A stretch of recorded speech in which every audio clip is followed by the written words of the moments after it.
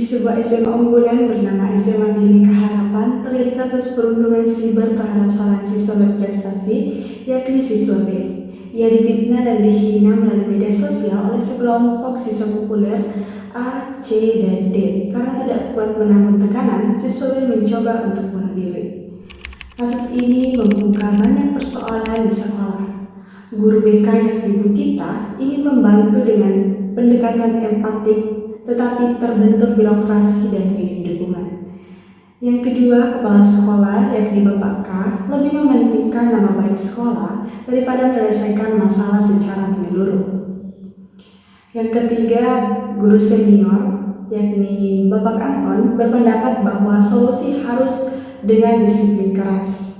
Dan yang keempat, orang tua siswa juga kurang terlibat karena sibuk, sehingga anak-anak lebih banyak menghabiskan waktu di dunia digital tanpa pengawasan. Masalah akhirnya semakin rumit karena guru sendiri terbebani administrasi, kurang pelatihan menghadapi kasus digital, dan terjebak dalam perbedaan pandangan. Akhirnya muncul dilema besar. Bagaimana guru bisa menegakkan disiplin sekaligus membangun karakter siswa di era digital yang penuh tantangan moral? Kasus perundungan siber di SMA Bhinneka Harapan menunjukkan bahwa pembangunan karakter bangsa tidak bisa dilepaskan dari tantangan era digital. Dari kasus ini, kita bisa melihat beberapa hal penting. Yang pertama, perundungan siber mencerminkan rapuhnya karakter generasi muda.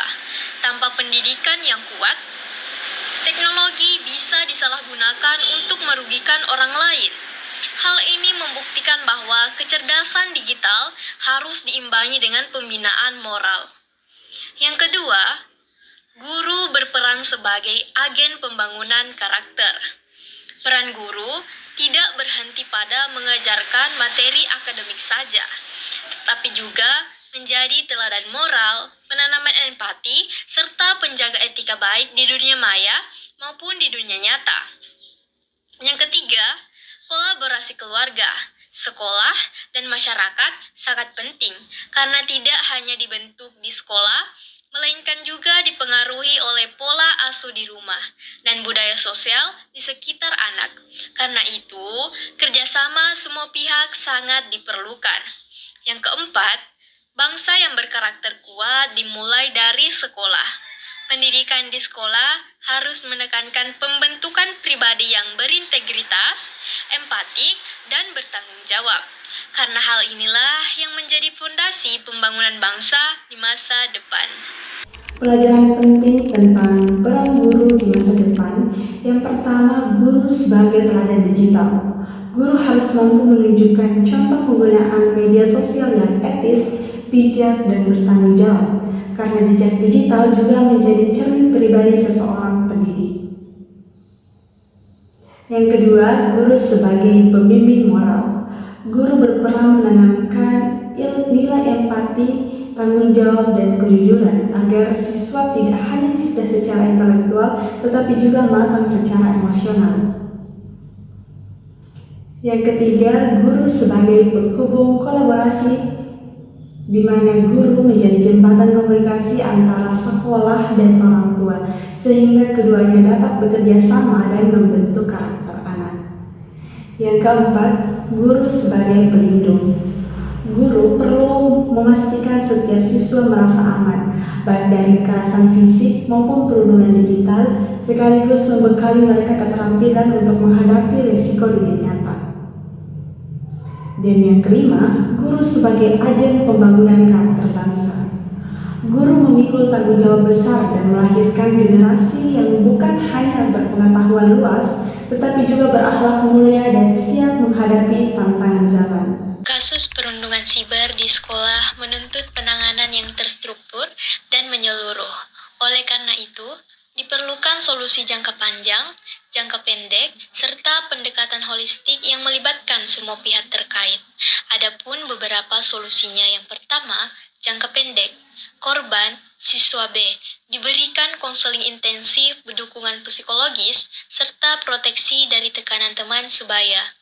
Pelaku, siswa A, C, Dan D.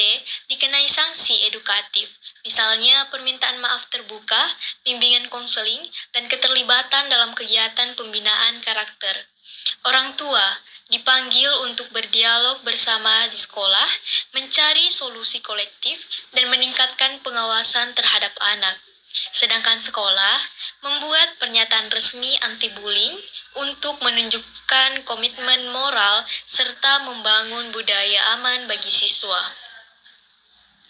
Jangka panjang, literasi digital, program berkelanjutan untuk siswa, guru, dan orang tua tentang etika bermedia sosial, pelatihan guru, meningkatkan kompetensi guru dalam menangani bullying dan masalah psikososial siswa, kode etik bermedia, sosial, panduan etika penggunaan media sosial bagi siswa dan guru, tim anti-bullying, melibatkan guru, siswa, dan orang tua sebagai pengawas dan mediator kasus.